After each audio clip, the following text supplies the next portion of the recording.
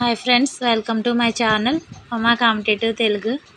ఈరోజు మనం మ్యాథ్స్ డిఎస్సికి సంబంధించి కొన్ని బిట్స్ చూద్దాం. Let's start our video.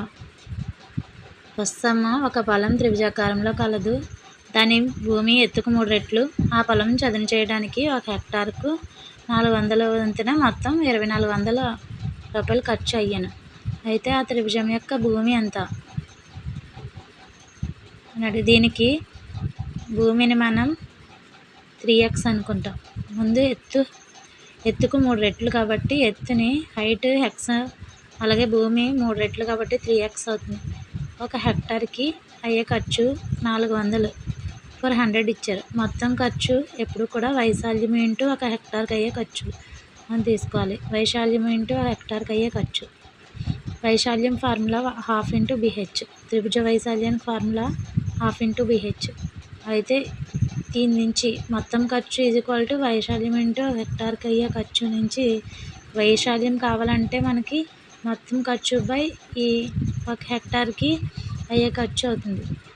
ఇది ఫార్ములా ప్రకారంగా వాల్యూ సబ్స్టిట్యూట్ చేయాలి. 1/2 × B అంటే 3x అంటే H ఏమో x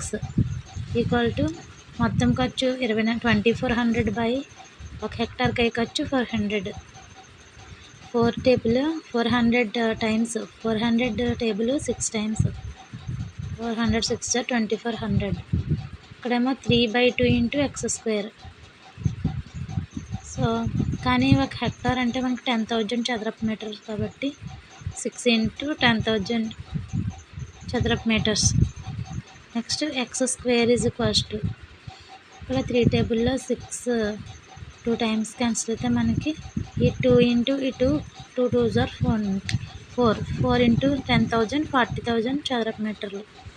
మనకి x = 200 మీటర్స్. భూమి = 3x కాబట్టి 3 × 200 అప్పుడు మనకి 600 మీటర్స్ వస్తుంది ఆన్సర్. Okay, next some. ఒక త్రిభుజం యొక్క భూమిని 20% పెంచి దాని వైశాల్యం మార్పు చెందకుండా ఉండాలంటే త్రిభుజం యొక్క ఎత్తుని ఎంత శాతం తగ్గించాలి? ఇప్పుడు ఏదైనా ఒక త్రిభుజం యొక్క భూమిని 20% పెంచారు అంటే అప్పుడు 100 × x/100 + x ఫార్ములా తీసుకోవాలి. x అంటే ఇక్కడ 20%. 100 × x అంటే 100 × 20/100 + x. 100 + 20 120. 0 0 క్యాన్సిల్. ఇప్పుడు 2 టేబుల్లో 4 టేబుల్ 4 3s are 12 అండ్ 4 ఒకసారి ఇక్కడ క్యాన్సిలేషన్ 2 6 are 12. అగైన్ 2 టేబుల్లో 2 50s are 2 3s are then 50/3 అంటే 16 2/3%. Okay, next question. సమద్విబాహు త్రిభుజం యొక్క భూమి భుజాలు వరుసగా 4:3 నిష్పత్తిలో కలవు. దాని వైశాల్యం 18√5 చదరపు సెంటీమీటర్లు అయితే దాని భూమి ఎంత? ఇక్కడ మనకి సమద్విబాహు త్రిభుజం యొక్క భూమి భుజాలు రేషియో ఇచ్చాడు. అంటే మనకి సమద్విబాహు త్రిభుజ భూమిని 4x అని భుజముని 3xగా తీసుకొచ్చారు రేషియో. అయితే వైశాల్యంకి formula v/2 × √a + v/2 × a - v/2 = 18√5 equal చేయాలి. 18√5 ఆల్రెడీ ఇచ్చారు కదా, ఆ 18√5ని తీసుకుందాం.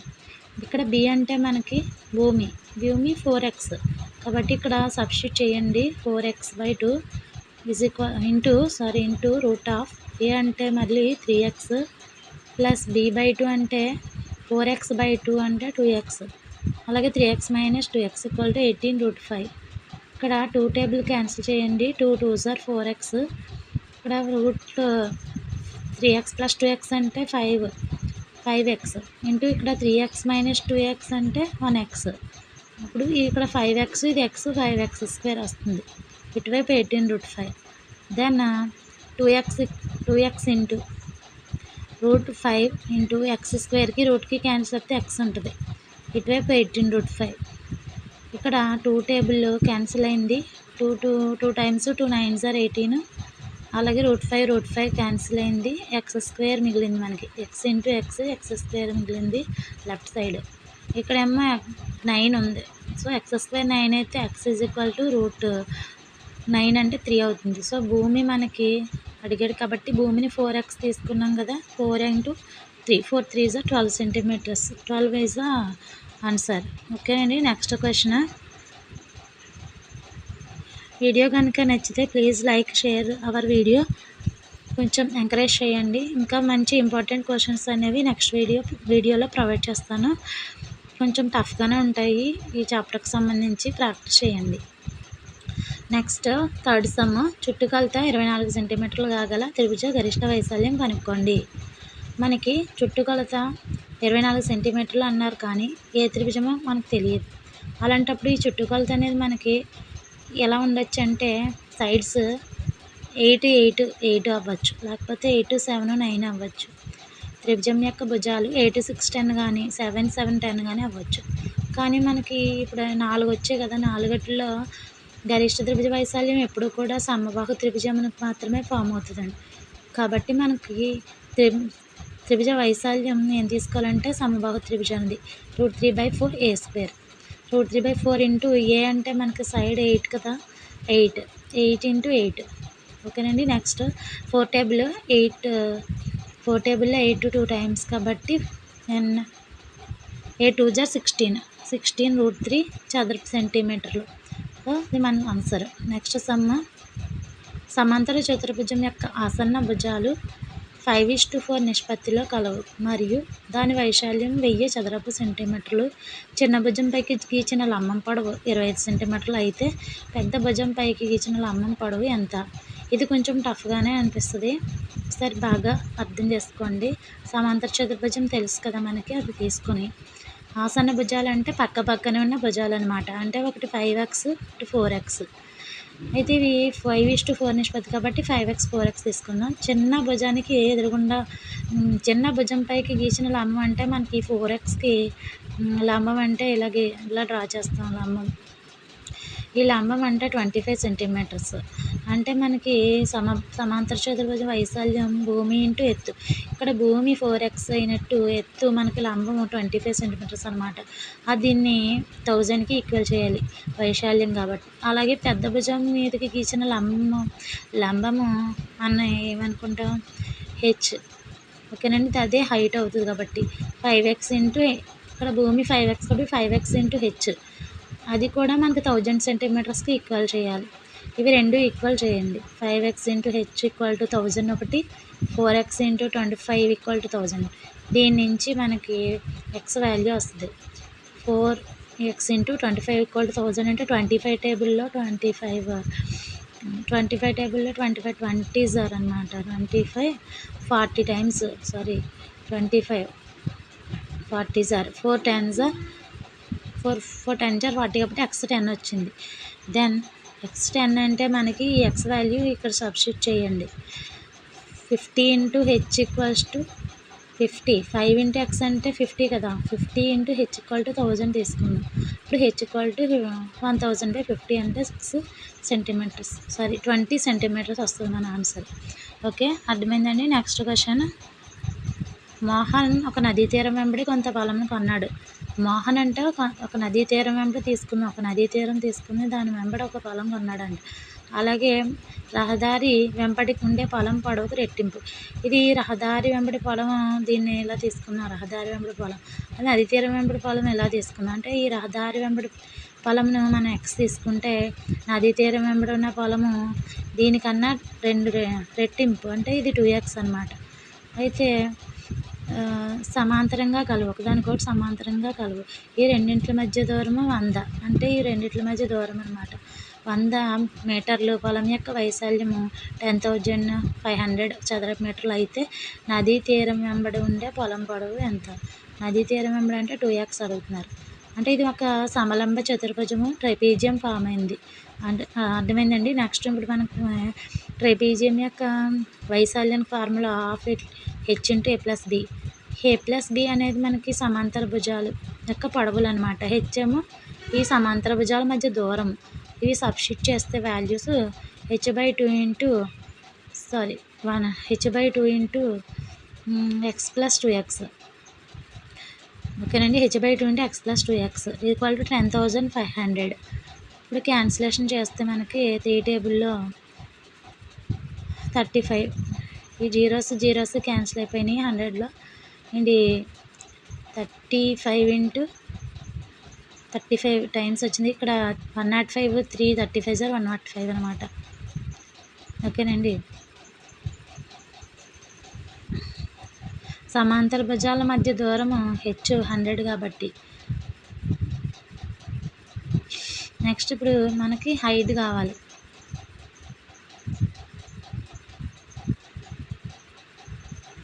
సో మనకి ఏం కావాలంటే సమాంతర భుజాలు తీరం వెంబడి ఉండే పొలము 2x కావాలి మనకి. ఓకేనండి. ఇక్కడ x ప్లస్ 2x, ఇక్కడ హైట్ అనేది 100 కాబట్టి ఇక్కడ 1/2 అనమాట. సారీ, మరొకసారి ఎక్స్ప్లెయిన్ చేస్తాను. ఒకసారి జరగండి. ఇక్కడ 1/2 into h into a plus b కదా. ఇక్కడ h ఈజ్ ఈక్వల్స్ టు 100 కాబట్టి ఇక్కడ h రాసేసాను. మళ్ళీ నెక్స్ట్ ఇక్కడ a ప్లస్ b అంటే x into 2x equal to 10,500. ఇక్కడ x ప్లస్ 2x ఏమో 3x అయింది. h అలాగే ఉంటుంది. 3 టేబుల్ ఇక్కడ 2 జీరోస్, 100లో 2 జీరోస్, h బదులు 1 ఉంటుంది. 100లో 2 జీరోస్, 105లో 2 జీరోస్ క్యాన్సిల్ అయిపోతాయి. ఇక్కడ 3 టేబుల్లో 105 35 టైమ్స్ h ఈక్వల్ టు మనకి 70 వస్తుందండి. ఓకే, 70 వస్తుంది. అయితే మనకు కావాల్సింది నదీ తీరం వెంబడి ఇక్కడ x వస్తుంది. x ఈక్వల్ టు 70 వస్తుందండి. అంటే నదీ తీరం వెంబడి ఉండే పొడవు కావాలి కాబట్టి x 70 వచ్చింది. కానీ మనకి 2x కాబట్టి 270 = 140 మీటర్స్. ఓకే, మన ఆన్సర్ 140 మీటర్స్ వస్తుందండి. నదీ తీరం వెంబడి ఉండే పొలం పొడవు. Next question.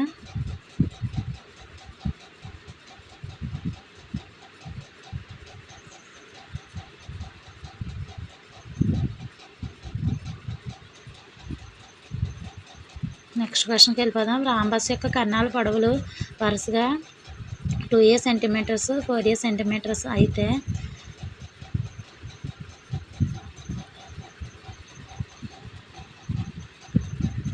2a centimetres 4a centimetres అయితే రాంబస్ యొక్క చుట్టుకొలత ఎంత? కానీ ఇక్కడ మనకి కర్ణాల పొడవులు ఇచ్చినప్పుడు రాంబస్ చుట్టుకొలతకి ఫార్ములా ఏంటంటే 2 × √d1² + d2². మనకి d1 అంటే 2a ఇచ్చాడు, d2 అంటే 4a. ఇవి వాల్యూస్. d1² అంటే సబ్స్టిట్యూట్ చేయండి. 2 × d1² అంటే 2a² అంటే 4a². d2² అంటే 4a² అంటే 16a². సో 2√4a² + 16a² అంటే 20a² అండి. దీని నుంచి 2 × 2√4 × 5 అనమాట.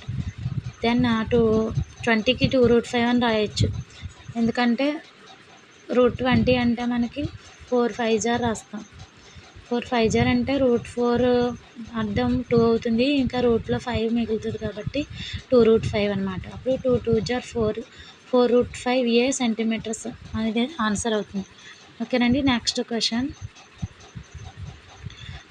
ఓకే, నెక్స్ట్ మరికొన్ని ఇంపార్టెంట్ క్వశ్చన్స్తో నెక్స్ట్ వీడియోలో నేను ముందుంటాను. కాబట్టి please like my video, please share, subscribe my channel. మీకు ఒకవేళ ఎటువంటి కామెంట్స్ ఉన్నా మాకు కొంచెం మెన్షన్ చేయండి. నెక్స్ట్ టైం వెరిఫై చేసుకుంటాను. So thank you for watching. ఇంకా ఇంపార్టెంట్ సమ్స్ అనేవి మేము ప్లేలిస్ట్లో పెట్టాము, ఒకసారి చూడండి. నాన్ మ్యాథ్స్ స్టూడెంట్స్ కూడా బాగా యూజ్ అవుతాయి. ఓకేనండి. Thanks for watching.